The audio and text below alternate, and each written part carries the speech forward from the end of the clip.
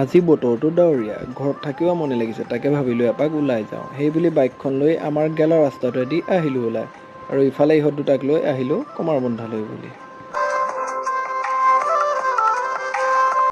তো ইফালে আহোঁতে দেখিলোঁ ইয়াত মেলা হৈ আছে, তো এপাক সোমাই যাওঁ আৰু নে কি ৰাইজ। সোমাই আহি দেখিলোঁ এইবোৰ সৰু ল'ৰা ছোৱালীৰ খেলা বস্তুহে। আকৌ এইফালে এইবোৰ জুৱেলাৰীৰ দোকান, তো মই পিছে একো নিকিনো, এনেই চাবলৈহে আহিছোঁ। তো এইফালে আহি দেখিলোঁ এখন কাপোৰৰ দোকান, তো দেখিলে কি হ'ব, হাতত পইচা এটকাও নাই, সেইবাবে নলওঁ। এইফালে আমি আহিলোঁ লটাৰী খেললৈ। মই অৱশ্যে খেলা নাই দেই, মই চাইছোঁহে, ইহঁতিহে খেলিছে।